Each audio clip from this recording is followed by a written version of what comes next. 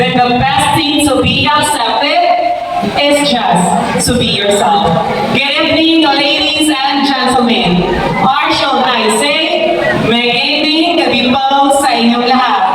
A girl is standing before you is a fresh and indeed innocent, just only 21 years old this summer.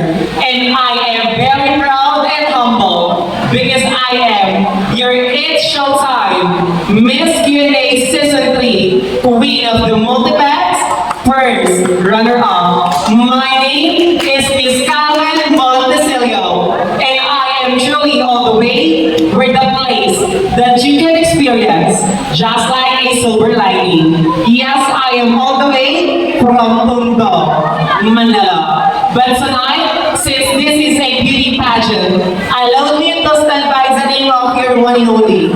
I am the only girl who captured the heart of Mr. Ronnie Alonso. Tama po kayong lahat.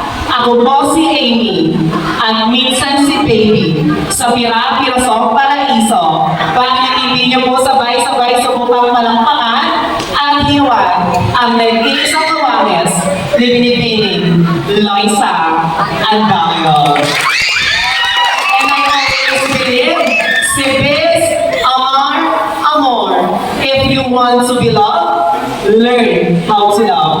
And if you want to be respected, learn how to respect. Judges, I am your candidate number 2. Mark my number because I will give you the best show and a night to remember. At ako po, ang tunay na ganda Pilipina. Salamat po.